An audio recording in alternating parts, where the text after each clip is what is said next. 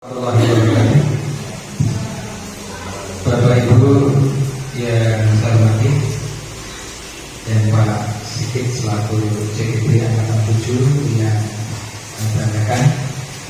Terima kasih Bapak Ibu bisa berkumpul bersama dalam rangka destinasi tugas aksi nyata modul 1.4 yang meliputi poin budaya positif, kemudian kebutuhan dasar manusia, dan yang ketiga adalah teori disiplin dan teori motivasi. Untuk destinasi ini semakin sumber dari Pak Sigit Kurniawan Saputra, yaitu calon guru penggerak Angkatan 7. Kemudian nanti apabila ada beberapa hal yang perlu didiskusikan ataupun dicari solusinya, nanti kita bahas bersama. Untuk itu destinasi dari tugas aktif nyata modul 1.4 calon guru penggerak Angkatan 7 Bapak Sigit Kurniawan Saputra yang dilaksanakan pada hari Kamis tanggal 19 Februari tahun 2023 dinyatakan dimulai. Kepada Pak Sigit, kami persilakan. Assalamualaikum warahmatullahi wabarakatuh. Selamat siang semuanya. Yang terhormat Bapak Dr. Andes Abdul Majid selaku Kepala SD Negeri Wonorejo 2 beserta guru dan karyawan SD Negeri Wonorejo 2 yang kami hormati. Alhamdulillah puji syukur kehadirat Allah SWT yang mana hari ini kita semuanya berkumpul di sini dalam kondisi sehat walafiat. Meskipun ini personelnya kurang, tapi insya Allah tidak mengurangi untuk semangat kita untuk belajar. Jadi ini sifatnya saya sendiri selaku CGP di SD Wonorejo 2 ini kita belajar bersama, sharing apa yang saya dapatkan pada waktu pendidikan untuk calon guru penggerak. Untuk yang pertama yaitu tentang budaya positif. Monggo bersama-sama kita belajar. Nanti kalau saya ada yang salah silahkan langsung dikoreksi. Kalau ada pertanyaan langsung saja instruksi. Yang pertama, pentingnya budaya positif di sekolah. Menumbuh kembangkan sikap bergotong royong, mampu melakukan kegiatan secara bersama-sama sehingga tercipta kolaborasi yang baik antar warga sekolah, adanya rasa peduli satu sama lain yang nantinya tujuannya seluruh warga sekolah bisa mandiri untuk budaya positif. Nah, monggo bisa disampaikan salah satu contoh atau beberapa contoh yang ada di sekolah kita yang sudah kita praktekkan. Ada yang menyampaikan? Oke, monggo langsung.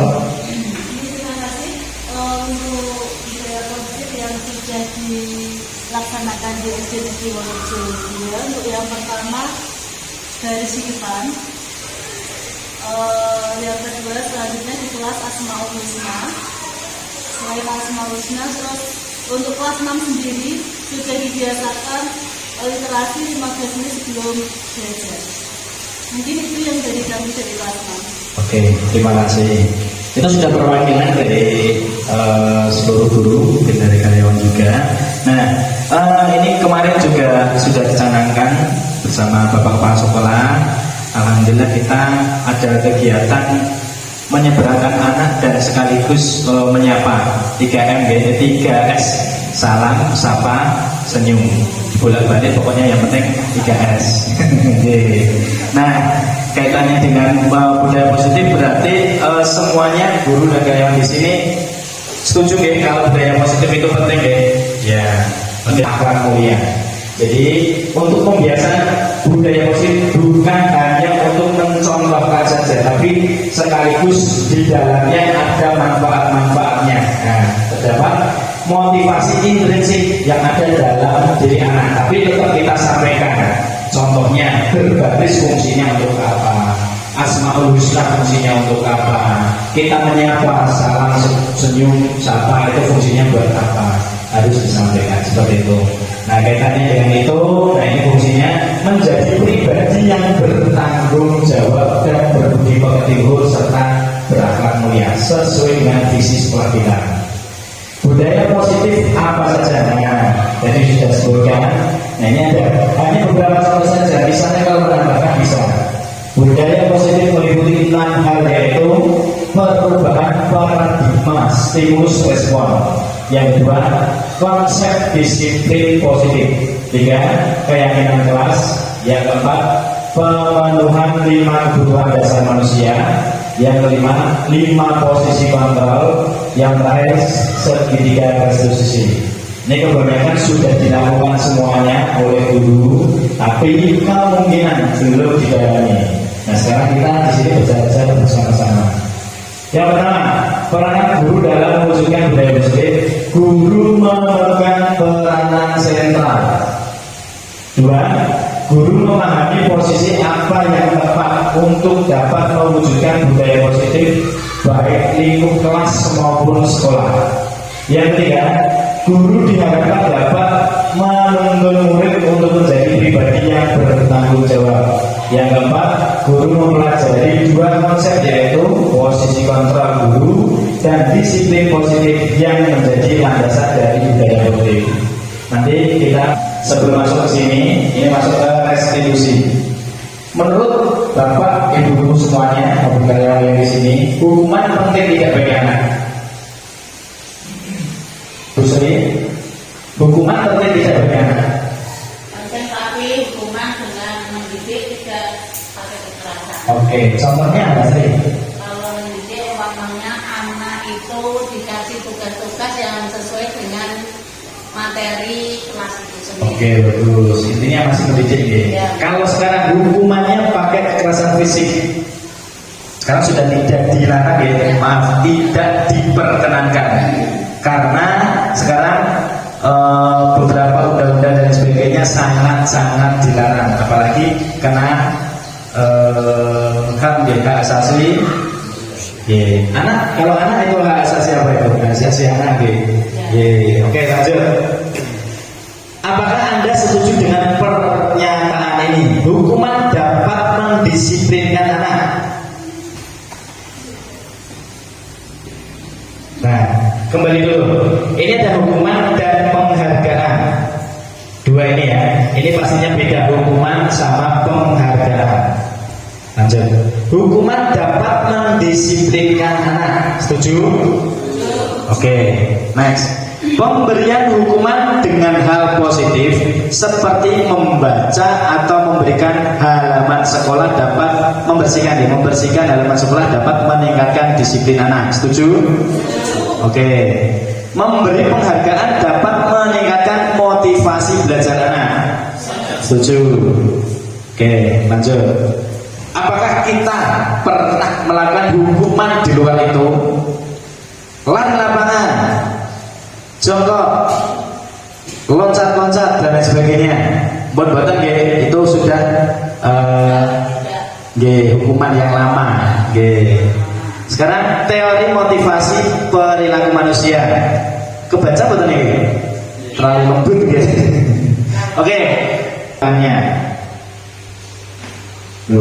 Yang kedua, motivasi eksternal yang ini untuk mendapatkan imbalan dari orang lain, institusi, apa yang akan saya dapatkan apabila saya melakukannya, karena ada embel-embelnya. Motivasi eksternal yang ketiga, yang unik, untuk menghargai diri sendiri. Saya akan menjadi orang yang seperti apa bila saya melakukannya. Pilih yang nomor berapa? Yang biru, merah, atau kuning? Ini karena menghindari ketidaknyamanan.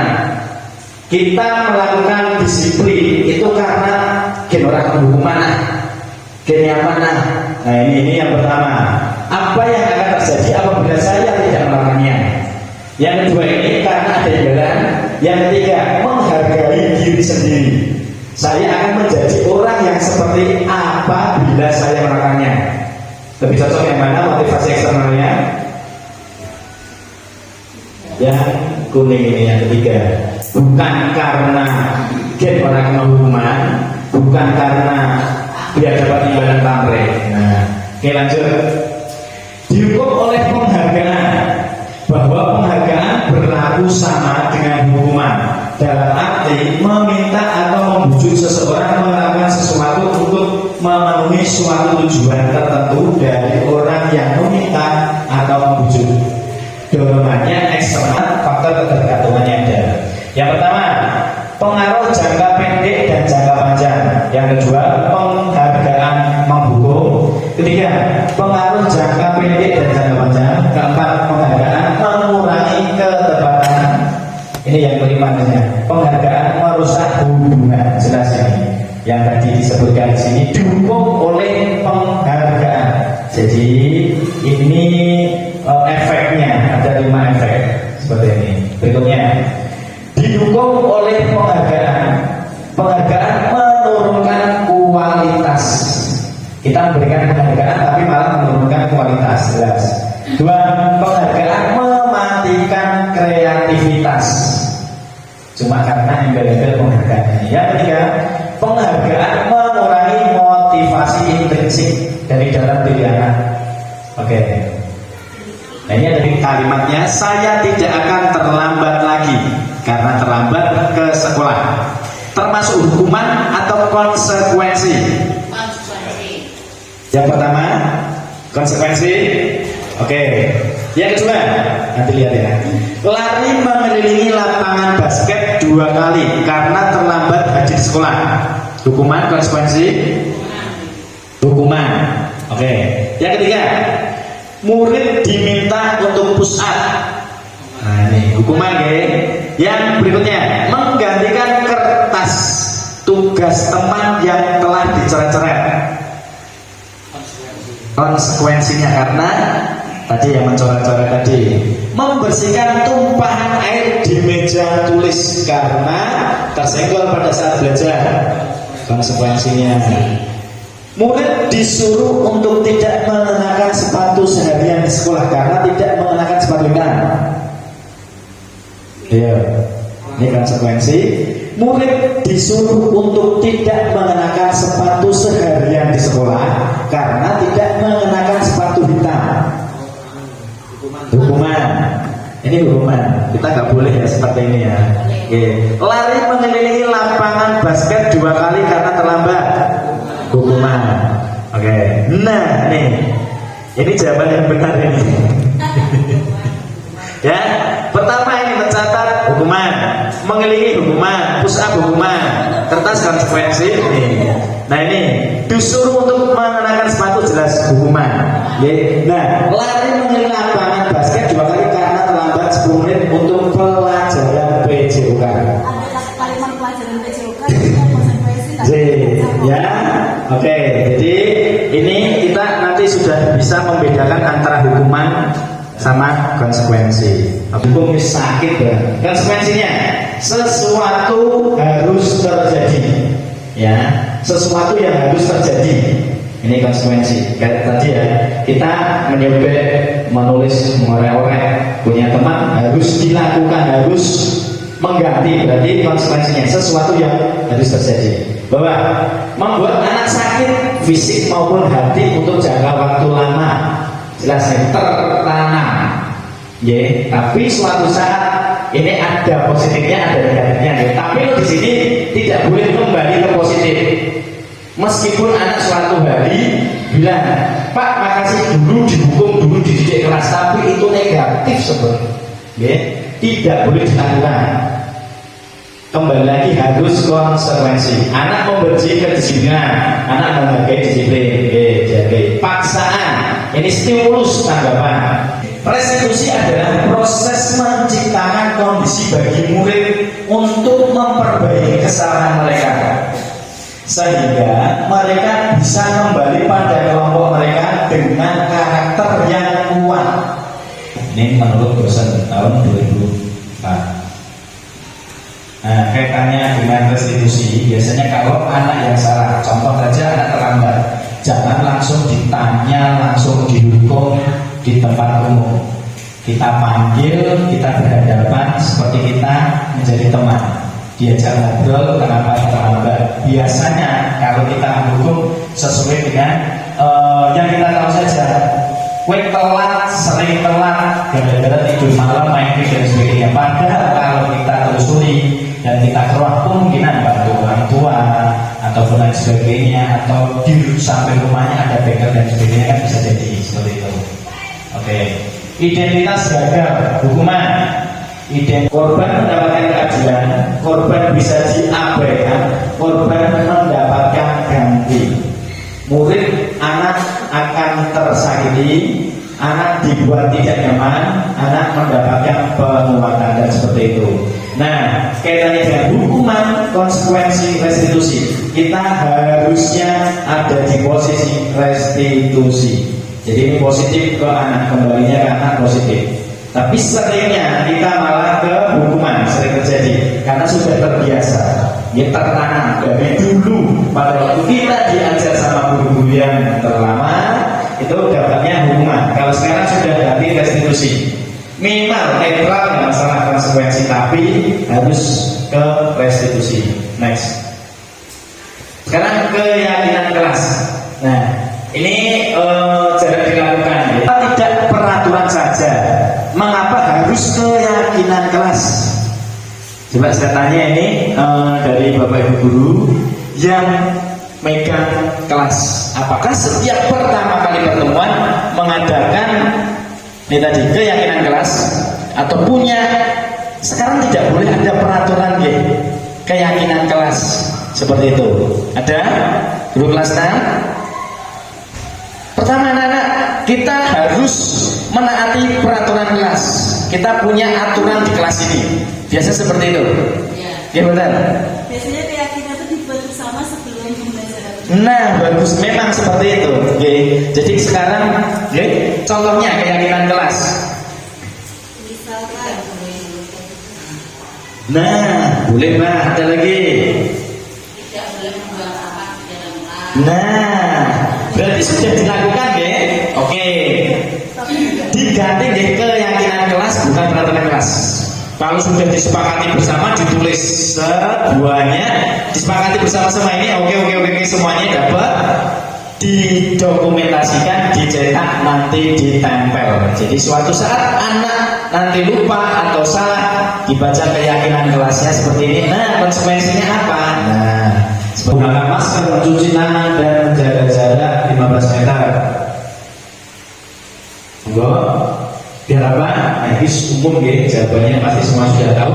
Mengapa kita memiliki peraturan harus datang tepat waktu pada saat mengikuti pelatihan? Nah, selain kita menghargai waktu, menghargai diri sendiri, juga menghargai orang lain pastinya.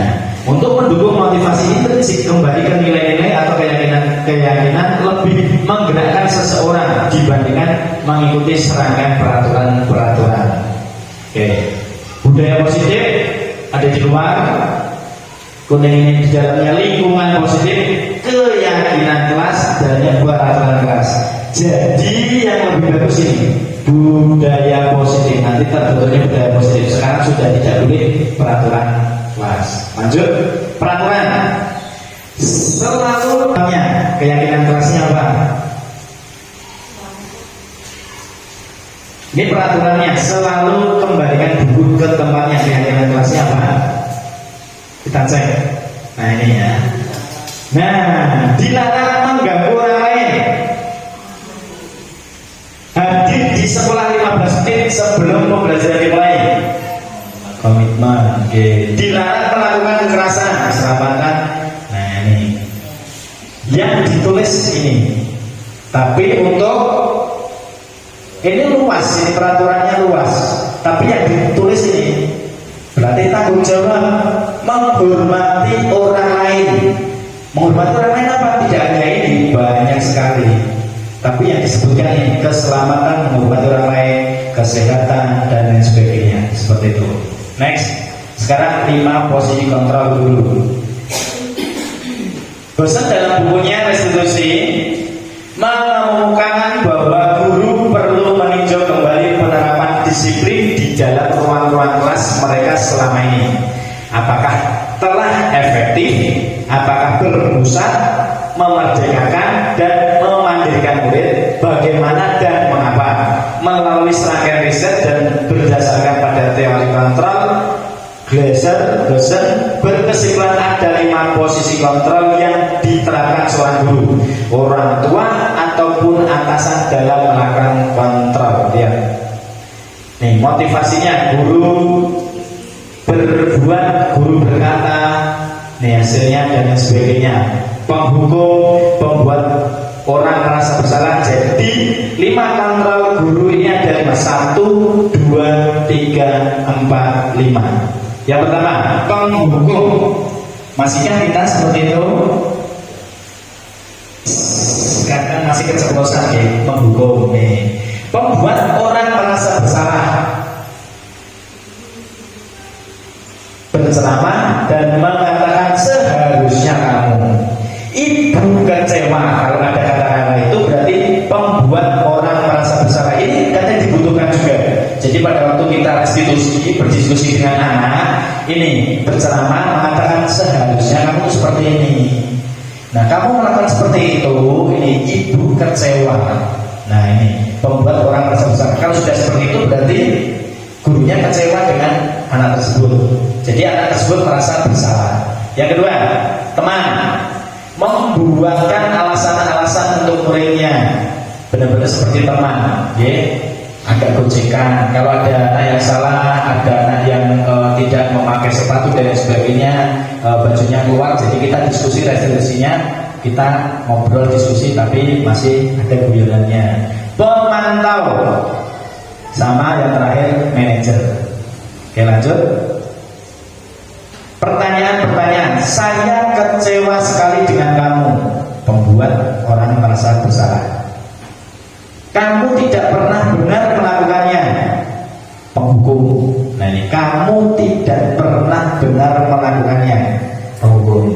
Ayolah lakukan demi ibu. Nah ini teman. Ayolah. Kamu jangan seperti itu, jangan rame, gak kasihan sama ibu. Nah itu teman. Apakah kamu mau mendapatkan stiker bintang hari ini?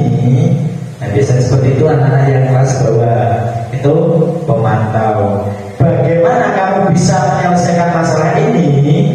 Yang masuk ke manajer. Ya, kamu selalu yang paling terakhir.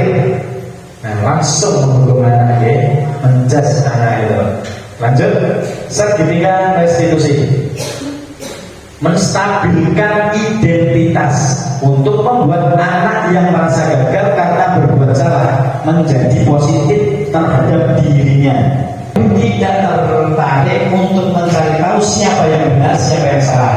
Lebih tertarik untuk menyelesaikan masalah. Kalau kamu menyalahkan dirimu sendiri terus-menerus, apakah kamu bersikap baik pada dirimu sendiri? Pernahkah seperti itu? Jarang kalimat yang diungkapkan deh. Kalau ada yang belum, wes, itu. Enak pokoknya. Nah, semua saya salah. Kue pasti kue terus. Nah, seringnya gitu. Kue sih berdiri sih salah. Harusnya ada seperti itu. Nah, ini tadi, ya. Mencari tahu siapa yang benar yang salah ini tidak perlu. Yang penting dia caranya menyelesaikan masalah ini, memecahkan masalah seperti itu. Oke, lanjut. Validasi kebutuhan, membantu murid mengenali basic kebutuhan dasar yang ingin dipenuhinya ketika berbuat kesalahan. Pada dasarnya setiap tindakan manusia tujuannya adalah memenuhi basic need. Apakah itu power, freedom, love, and belonging, fun, atau survival. Guru berkata, kamu bisa saja akan melakukan hal yang lebih buruk, tapi kamu tidak melakukannya kan?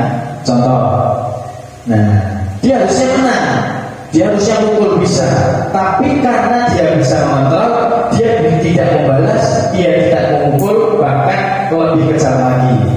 Gitu. Kamu pasti punya alasan mengapa melakukannya. Biasanya karena membela diri, karena diejek dan sebagainya. Nah, harusnya guru berkata seperti itu. Kamu pasti punya alasan mengapa kamu melakukannya. Apa yang penting bagi kamu? Dijawab nanti muridnya. Kamu boleh tetap berusaha menjaga sikap itu, tapi tambahkan sikap yang lain, yang baru. Maukah kamu belajar cara lain untuk mendapatkan yang kamu butuhkan tanpa harus memukul? apakah kamu bisa melakukan dengan lebih baik besok lagi. Nah ini kebebasan biasanya diejek dan sebagainya, ini harus ditindas nih karena love. Nah ini ya, ini karena sudah ini tidak nyaman lagi, apalagi ini sudah tidak fun lagi. Nah ini anak bisa tadi melawannya, tapi apakah harus memukul seperti itu. Berikutnya, menanyakan keyakinan. Anak melihat kesalahannya dihubungkan dengan norma sosial dan nilai-nilai yang mendasari berinteraksi norma sosial dengan orang lain. Guru berkata, apa nilai yang kita percaya di kelas, di sekolah kita, nilai-nilai universal apa yang telah kita sepakati. Nilai universal itu yang tidak mengikat, contoh bukan hanya di agama saja, bukan hanya di gender saja, tapi sudah keseluruhan, peraturannya untuk umum. Itu kelas yang ideal itu seperti apa sih? Kamu ingin jadi anak yang seperti apa? Apakah kamu ingin berbuat lebih baik dan sebagainya? Contoh lagi, apakah tugas kamu saat ini? Bagaimana kamu ingin diperlakukan pada kegiatan ini? Kalau anak berbuat salah, apa yang kamu inginkan? Peraturannya apa? Dikembalikan ke anak lagi. Intervensi ini bisa membantu murid kembali ke tujuan semula dengan cukup singkat dan dengan cara konfrontatif. Pertanyaan-pertanyaan yang diajukan biasanya dikemukakan oleh seorang pemantau atau manajer. Oke, lanjut. Oke, sudah selesai. Lanjut ya. Karena materinya ada 3 ini. Oke. Nah, ini yang berikutnya, yang kedua materi kita, kebutuhan dasar manusia. Pertanyaan pemantik, Ibu Ambar, guru wali kelas 11 di SMA Pelita Hati, sedang bingung menghadapi ulah salah satu murid di kelasnya, Doni. Beberapa anak di kelas 11 telah datang padanya dan mengeluhkan Doni yang seringkali meminta bekal makan siang mereka dengan paksa. Jika Anda menghadapi situasi seperti Ibu Ambar, apa yang akan Anda lakukan? Menurut Anda, kira-kira apa alasan Doni melakukan hal itu? Menghadapi seperti itu, Bu Ambar, apa yang akan Anda lakukan kalau Anda semuanya menjadi Bu Ambar? Langsung, monggo. Oke. Doni itu dipanggil gurunya, Ye. rasanya bagaimana, Oke. selalu minta makanan dari temanmu, apakah kamu tidak dikasih bekal orang tua. Oh, ditanya-tanya yang empat mata aja, biar Doni itu tidak mau. Mungkin karena ekonomi dalam rumah itu sangat lemah, maka jangan langsung Doni dimarahi gitu maksudnya. Dan Mungkin ada yang lain? Ya, ditegur. Intinya itu yang lain. Ya. Mungkin ada yang lain? Tidak pendapat? Kayak tadi yang bayar, ekonominya kurang mungkin yang bayar, tidak bawa uang saku, dan sebagainya. Kita cek. Nah, kebutuhan dasar manusia dicari solusinya, itu yang penting. Oke, berikutnya kebutuhan dasar manusia. Seluruh tindakan manusia memiliki tujuan tertentu. Semua yang kita lakukan adalah usaha terbaik kita untuk mendapatkan apa yang kita inginkan. Ketika kita mendapatkan apa yang kita inginkan, sebetulnya saat itu kita sedang memenuhi satu atau lebih dari satu kebutuhan dasar kita, yaitu kebutuhan untuk bertahan hidup, survival, kasih sayang dan rasa ingin diterima, jelas, love and belonging, kebebasan, freedom, kesenangan, fun, dan penguasaan.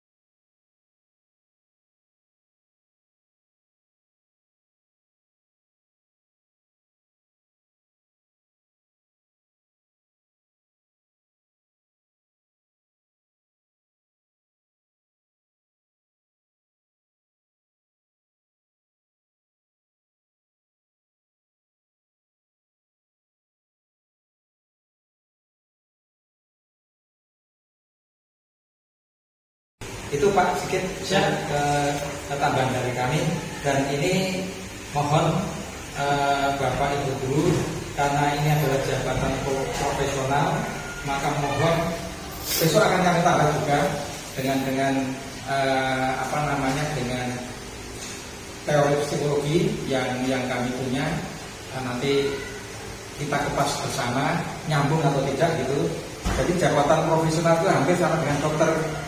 Jangan sampai tergantikan dengan orang lain. Karena kalau tergantikan dengan orang lain, menurut saya itu datangnya resepnya.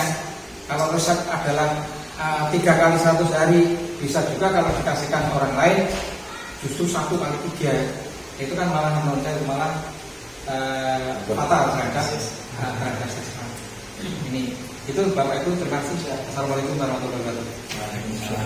Belajar kita terjebak dengan tanggung jawab, karena kita itu menganggap kalau disiplin itu anak itu bisa bertanggung jawab. Ternyata saya tertanamnya belajar itu lebih luas. Belajar ini, belajar itu. Saya malah senang mendapat ilmu hari ini karena belajar itu disiplin itu belajar. Belajar itu luas pengertiannya gitu. Tertariknya di materi yang disampaikan Pak Sigit itu sangat luas sekali, maka kita menambah pengalaman gitu. Kami ini tugas akhir kami dari modul 1-4. Nah, ini ada tambahan juga, kita melakukan apapun itu di sekolahan kaitannya dengan kegiatan pelaksanaan pembelajaran dan lain sebagainya, itu sekarang harus didokumentasikan apapun itu. Jadi kalau sekarang udah HP semuanya sudah ada kamera dan lain sebagainya, bisa di-print, dicetak dan sebagainya. Intinya harus punya dokumentasi. Kalau kita melakukan tidak ada dokumentasinya, kadang kan ngapusi, jadi apapun itu kegiatannya, fungsi atau tidak, kita dokumentasikan. Karena suatu saat pada waktu akreditasi dan lain sebagainya nanti akan ditanyakan. Seperti itu gambaran dari kami. Mohon maaf kalau ada kekurangan, kesalahan. Dan sekali lagi dan terima kasih banyak. Alhamdulillah. Assalamualaikum warahmatullahi wabarakatuh. Waalaikumsalam warahmatullahi wabarakatuh.